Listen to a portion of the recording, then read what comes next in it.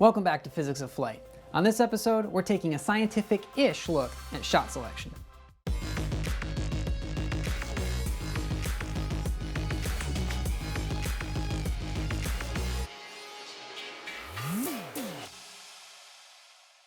Shot selection is one of the biggest differences between AMs and pros, and learning how to improve your shot selection can really lower your scores on the course.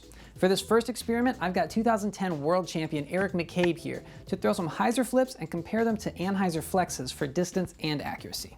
So obviously we are no longer outside because it was very cold when we were filming this. So we went ahead and filmed the test, and now we're putting it together, and we figured we'd do some kind of commentary over top of it to sort of explain what was going on. So this test is testing whether an Anheuser flex shot or a hyzer shot is better to use for distance.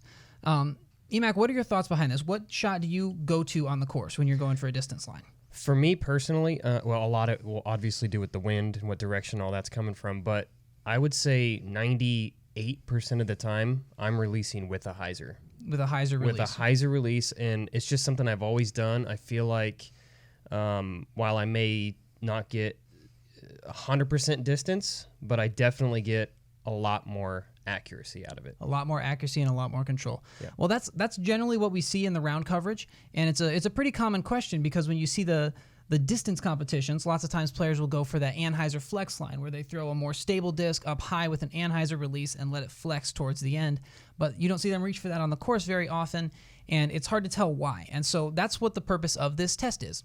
So going into this test, would you guess that what would you guess would be the farther flying shot and the more accurate one? Well, like I had mentioned, I think I do get just a touch more distance forcing something over on an Anheuser, but definitely more consistency with the hyzer flip for distance. So for this test, we had probably about an 8 mile an hour tailwind. And so first we start out with 5 hyzer flip shots. They're all raters to try and keep the disc selection fairly consistent with the same speed and the same glide. Just we had some that were beat in to be a little bit less stable and some that were newer and more overstable. So these are the more understable, like the fusion or the biofusion raters. And these shots went pretty consistently. Yeah. They're flipping up to flat, getting a nice right ride, and then finishing fairly straight. You were kind of aiming at those 3 cedar trees in the background. I was, and for reference, we did have a slight tailwind going here. And one of the concerns with throwing hyzer flips is getting the disc to flip up in a tailwind, which is kind of what we see with this shot here, where it doesn't quite flip all the way up, but it still flies mostly the right direction and almost as far, just not quite as accurate of a finish. Yeah, exactly. So here with the anti-flex lines, you're starting them out on an Anheuser, throwing them a lot higher, and they only ended up going maybe 10 or 15 feet farther.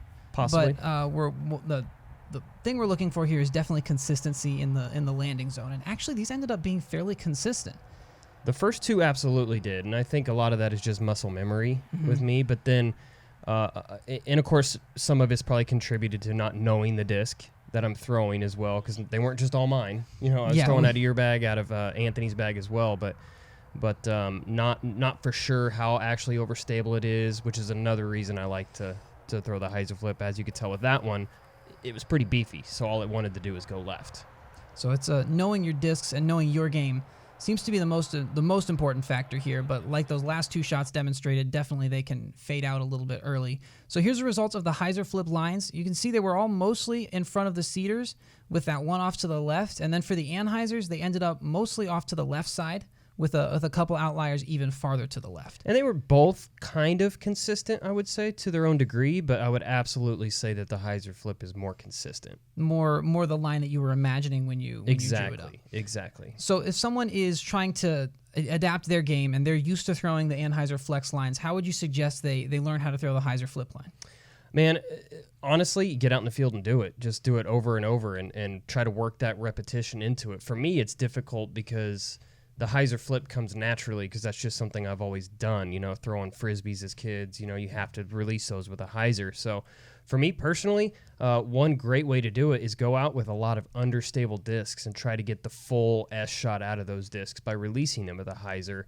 And then obviously, as I stress all the time, is grab a camera and get out there, have your buddy film you and watch it. So you absolutely know, like, I don't know how many times I've said, all right, I'm going to throw this shot super flat or on an Anheuser line, and then watch a video of it and like, wow, it still came out with hyzer. Came out a little just bit because it's hard. differently, You don't know what you're doing until you can actually visualize it, like actually see what you're doing wrong. Definitely. Awesome.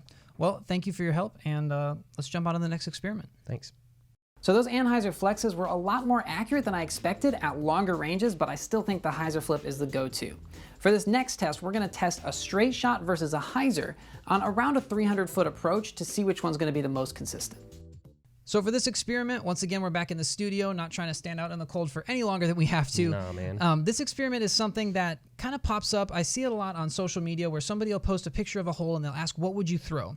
And it's usually a wide open basket, and some people will say that they'll choose a hyzer line, and some people will say that they choose a straight shot. Eric, what would you say is the most popular line for the professionals? Man, for professionals, I would say it probably is the hyzer line. Just a nice, easy hyzer shot right into it. And obviously, it's going to determine how far out you are on what shot people are going to want to throw. But for me, we're about, on this shot today, we were right around, what would you say, 250, 260 or so? Yeah, measured about 280 when I Okay, 280. So Google I would say for me personally, I would much rather take the hyzer line. Kind of like in the other video, the hyzer release is just a little bit more accurate for me. And I just get a little bit more consistency. When I'm throwing something straight at the basket, there's so many more variables that can go into it. I got to get the right speed. I got to get the right height. I got to get the right distance, all that. As where if a hyzer goes, when the disc slows down, it's naturally going to want to go left as a right-hand, backhand player. So for me, it makes a lot more sense that all I have to worry about is the distance as opposed to worrying about all these other variables. So that's why I like to throw the hyzer. A lot bigger margin for error, for sure. So this test here is designed to test whether a straight shot or a hyzer is more accurate. So we have a stack of a bunch of EMAC truths here. Conveniently, we had plenty of those lying around. I don't know how we had so many, but so this is we're about like Eric said, we're about 280 feet away, and we're going to throw 5 hyzers, or EMAC's going to throw 5 hyzers and 5 straight shots, and we'll see which one ends up being closer to the basket. So for these straight shots, you're trying to throw a hyzer flip shot, or you're kind of trying to release it flat? I'm trying to get the disc to do the job that it's supposed to do, basically. So a little bit of a hyzer flip. It kind of depended on the mold or the run of disc that I was throwing, the EMACs that I was throwing, because these are all EMACs that I've thrown before that are all in my bag or in and out of my bag. But for most of these, I'm trying to throw with a slight hyzer and get it to flip up. And as you can tell, I'm kind of all over the place here. Some of them turned over a little bit too far right. A couple of them went a little too far. That kind of goes into my mindset of there's so many variables that go into this shot. I feel like with straight shots, if you get it to turn just the right amount, it's really good. But it's easy to make them turn not quite enough or too much, and so there's just more margin for error. This is kind of the miss on the hyzer shot that you see, is where it hyzers a little bit too much and ends up short kind of to the left. But that's still not very far away from the basket, as opposed to if you'd put too much hyzer on a straight shot, you would have ended even farther left. Yeah, or too much Anheuser, whatever the case may be. So this is just my preferred shot, so naturally it'll probably be a little bit more consistent. But this is definitely the easier of the two, in my personal opinion. So are you more familiar with the disc that you're throwing hyzers with, or straight shots, would you say? As far as these discs go, definitely hyzers. Definitely hyzers, okay. And I think a lot of that is contributed to the hyzer flip that I'm naturally throwing. So looking at the results here, the hyzers were all, I'd say, within about 20 feet of the basket. With we had a right to left wind, so that's going to tend to lift them. Yep. And then the straight shots, we could get a couple of them weren't even on the screen. A few of them, yeah. We had some of them. One of them was right next to the basket, but we had a few that were off to the right or the left or kind of short. So. And that's kind of where the consistency thing goes into. So. How much do you think that plays into what the player is comfortable with? Obviously, you're most comfortable with the hyzer release, but somebody who's a little bit more comfortable with the straight shot, someone who plays in the woods more often, do you think they're going to be more consistent with the hyzer as well? It's hard to say, because for me personally, I am more comfortable throwing the hyzer and hyzer releases, so that's obviously going to be more consistent for me. If you take a player that plays in the woods all the time, like for some reason Michael Johansson comes to mind, who is just deadly in the woods and throwing dead accurate straight shots. A player like him, he probably will put 9 out of 10 shots in the circle or on the pole from 290, throwing straight at it, as opposed to the hyzer line. So I think it really just kind of, at the end of the day, depends on what style of player you are, what kind of courses you're used to playing, and if you're a hyzer flipper or if you just naturally like to throw the straight shot. I will say, coming from playing in the woods and moving to Emporia here, where we have a lot more open courses, learning how to throw that hyzer shot is going to be more accurate. But when I was playing in the woods, I definitely wasn't as good at that hyzer shot. So it's a lot about comfort, but it's kind of good to adapt your game to the courses that you're playing. It absolutely is. It's very, very important to be able to have both, be able to utilize both in any type of situation. For the last test on this episode of Physics of Flight, you might have seen me at the first test in the corner with my radar gun getting the release velocity of Eric on his hyzer and his Anheuser Releases. Well, we're going to take that data and take a look and see whether a hyzer release or an Anheuser release comes out of the hand faster. So in an earlier test, we tested whether an Anheuser flex shot or a hyzer flip will go farther.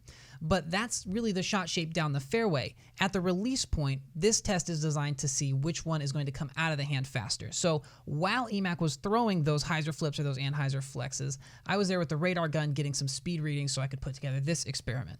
So from your experience, EMAC, do you think a hyzer release or an Anheuser comes out of your hand faster?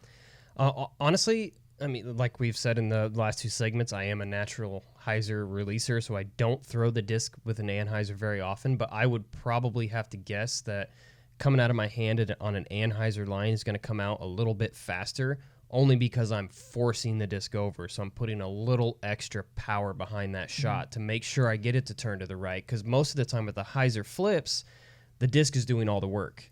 As opposed to ripping it on an Anheuser, I have to force the disc into the first 200 feet of the flight. So all right. I think the Anheuser release will come out a little bit faster. I would think that it would be the hyzer release, but that's why we're out here. That's why we're testing. Yeah. Because the hyzer release, you get your weight over your toes a little bit more. Sure. You can kind of push from the back foot better, but there's kind of been a lot of different answers to this, and a lot of different people have asked the question, so that's what we're out here to test. So this test here is while EMAC was throwing, I had the radar gun there. For these first few, he's throwing with a hyzer release, and he's getting, for the most part, 63 miles per hour. I think one was at 62 and one was at 64. So not too bad. Yeah, that's a pretty solid rip. That's about as hard as Chris was throwing in the first episode of Physics of Flight here to test the forehand versus the backhand, and it seemed like he was having to throw him pretty hard. The fastest speed I've ever recorded on that radar gun was 69 miles per hour with Eric Oakley threw it. Must be because his name's Eric. It's probably it has some sort of relation with it. So here the Anheuser releases, we had a couple come out at 65 miles per hour. And I think that Anheuser release is coming out just a little bit faster because you're able to rotate more efficiently over your front leg. Sure. When you're throwing an Anheuser, you're usually leaning back a little bit, and naturally you're stepping forward, so that's where your front leg is going to be. And so I think getting that clean rotation is going to let you throw it just a little bit harder. Yeah, so there you have it. So 63 mile an hour was my average on a hyzer release, and then just a touch more at 64.4. So I do believe it is because I'm forcing the disc over. These are brand new Raiders that I'm just absolutely murdering on that Anheuser line. So I believe that, yeah, it's probably going to come out just a touch faster. So that was really cool to see. Do you think that should play into your shot selection on the course at all, the release velocity out of your hand?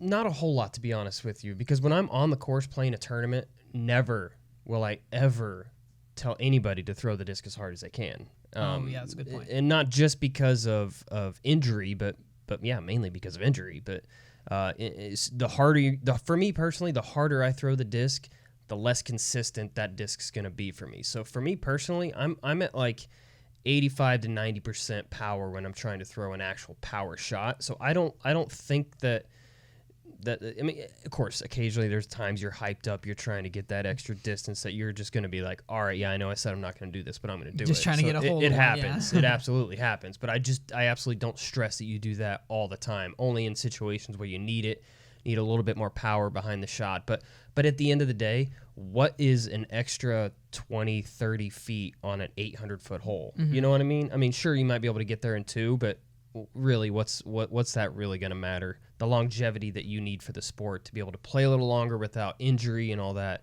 I know I sound like an old dude, but I am an old dude. So I would say no, it doesn't really come into play for me personally. Awesome. Well, that's it for this episode of Physics of Flight. Thanks for your help, Eric. Yep, no problem. Thanks, Danny. So that's it for this time on Physics of Flight. Thanks for watching, and make sure you subscribe so you don't miss any of the other great content from us here at Dynamic Discs. I had a lot of fun making this series, and if you have any ideas for future episodes of Physics of Flight, make sure you drop them down in the comments, and who knows, maybe one of your ideas will be in the next episode. Thanks for watching, and we'll see you next time.